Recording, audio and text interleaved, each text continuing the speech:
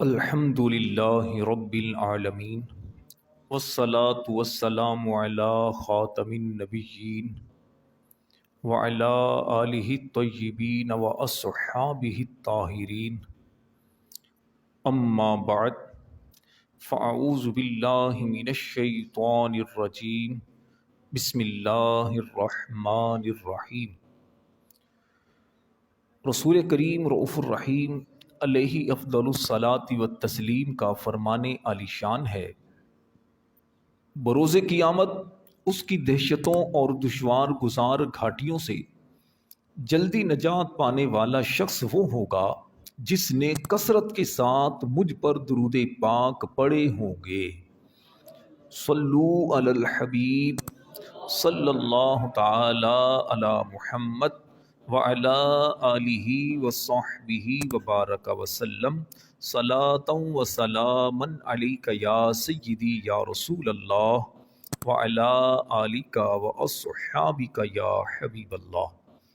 الحمدللہ محمدی مسجد میں ہر اتوار کو عشاء کے بعد صحیح بخاری شریف سے درس حدیث کا سلسلہ ہوتا ہے۔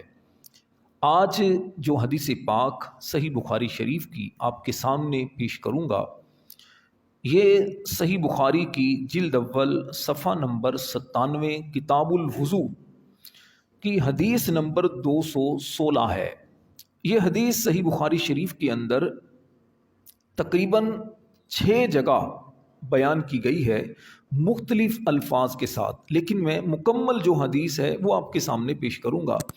یہ حدیث صحیح مسلم شریف کے اندر بھی ہے، سنن ترمذی کے اندر بھی ہے، سنن ابن ماجہ میں، سنن ابی داؤد اور سنن نسائی، اور اس کے علاوہ کثیر جو احادیث کی کتابیں ہیں اس میں بھی یہ صحیح بخاری کی حدیث موجود ہے۔ حدیث کیا ہے؟ ایک واقعہ بیان کیا گیا ہے حدیث پاک میں۔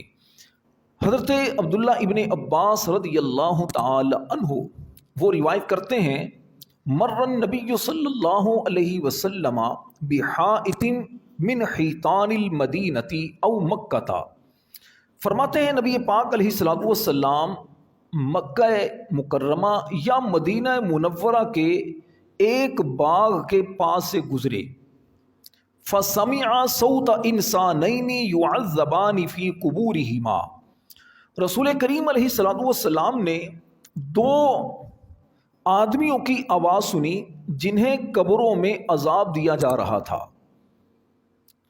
فقال النبی صلی اللہ علیہ وسلم یعذبان وما یعذبان فی کبیر، ارشاد فرمایا کہ ان دونوں قبر والوں کو عذاب ہو رہا ہے اور بظاہر کسی بڑے گناہ کی وجہ سے عذاب نہیں ہو رہا۔ ثم قال، پھر خود ہی اس کی نبی پاک علیہ السلام نے وضاحت فرمائی، بلا کان احدہما لا یستتر من بولہ وکان الآخر یمشی بالنمیمۃ، ارشاد فرمایا کہ ان میں سے ایک جسے عذاب ہو رہا ہے قبر میں وہ پیشاب کے چھینٹوں سے نہیں بچتا تھا اور دوسرا چغل خوری کرتا تھا۔ ثم دعا بجریدۃ، پھر نبی پاک علیہ الصلوۃ والسلام نے اللہ کریم کی بارگاہ میں پھر نبی پاک علیہ السلام نے ایک ٹہنی منگوائی، فکسرہ کسرتین، پھر اس ٹہنی کو 2 حصوں میں تقسیم کیا، فوضع علی کل قبر منہما کسرۃ، نبی پاک علیہ الصلوۃ والسلام نے دونوں میں سے ہر ایک قبر پر ایک حصہ رکھ دیا۔ فقیل لہ یا رسول اللہ صلی اللہ علیہ وسلم لما فعلت ھذا، رسول کریم علیہ السلام سے صحابہ نے پوچھا، یا رسول اللہ صلی اللہ علیہ وسلم آپ نے ایسا کیوں کیا؟ ٹہنی منگوا کر اس کو 2 حصوں میں تقسیم کر کے دونوں قبروں پر آپ نے کیوں رکھا؟ قال لعلہ ان یخفف عنہما ما لم تیبسا، رسول کریم علیہ السلام نے فرمایا کہ جب تک یہ دونوں ٹہنیاں خشک نہیں ہو جاتی اس وقت تک ان کے عذاب میں تخفیف ہو جائے گی۔ میں اللہ کی رحمت سے امید کرتا ہوں کہ دونوں ٹہنیاں جو تر ٹہنیاں ہیں جب تک تر رہیں گی ان کے عذاب میں تخفیف رہے بھی عذاب ان کا ہلکا رہے گا۔ اب یہ حدیث پاک ہے، اس حدیث پاک پر اگر غور کریں، بظاہر ایک واقعہ ہے۔ ہمارے سمجھنے کے لیے سب سے پہلی بات تو یہ ہے کہ پیشاب کے چھینٹوں سے بچنا یہ ضروری ہے۔ پیشاب انسان کا اپنا ہو یا جانوروں کا پیشاب ہو، دونوں سے بچنا ضروری ہے۔ خاص طور پر وہ لوگ سبق حاصل کریں کہ جو پیشاب کرتے ہوئے احتیاط نہیں کرتے، جیسے کھڑے ہو کر جو پیشاب کرتے ہیں، جن کے جینز کی پینٹ پہنی ہوتی ہے، کھڑے ہو کر پیشاب کرتے ہیں، یا پھر کموڈ پر جو بیٹھ کر پیشاب کرتے ہیں، تو وہاں عموماً جسم کو پیشاب سے بچانا اور کپڑوں کو ناپاکی سے بچانا بڑا مشکل کام ہوتا ہے۔ تو یہ خاص طور پر توجہ کریں۔ WC میں بھی پیشاب کریں تو اس میں خاص طور پر خیال کریں کہ ایسا WC ہو کہ جس سے چھینٹے اڑ کر جسم پر نہ آئیں۔ بعض اوقات استنجا کرتے ہوئے کچھ چھینٹے کپڑوں پر بھی آتے ہیں اور کچھ چھینٹے پاؤں پر بھی آتے ہیں، تو اس میں احتیاط کا تقاضا یہی ہے کہ بعد میں پاؤں کو دھو لیا جائے۔ تو ایک شخص جس سے قبر میں عذاب ہو رہا تھا، اس کا گناہ کیا تھا؟ وہ پیشاب کے چھینٹوں سے نہیں بچتا تھا۔ اب علماء نے اس کے مزید وجوہات لکھی ہیں کہ وہ شخص کون تھا۔ بعض نے کہا، مفسرین جو شارحین نے، انہوں نے کہا کہ یہ وہ شخص تھا کہ جو اونٹوں کا باڑا تھا، وہاں پر یہ کام کرتا تھا، تو اونٹ پیشاب وغیرہ جو کرتے تھے تو یہ اس سے بچتا نہیں تھا۔ بعض نے کہا خود ہی یہ پیشاب کے قطروں سے، چھینٹوں سے بچنے میں احتیاط نہیں کرتا تھا۔ تو پتہ چلا پیشاب کے چھینٹوں سے نہ بچنا عذاب قبر کا سبب ہے۔ دوسری بات فرمایا، چغل خوری کرنے والا، اسے قبر میں عذاب ہو رہا تھا۔ چغل خوری کیا ہے؟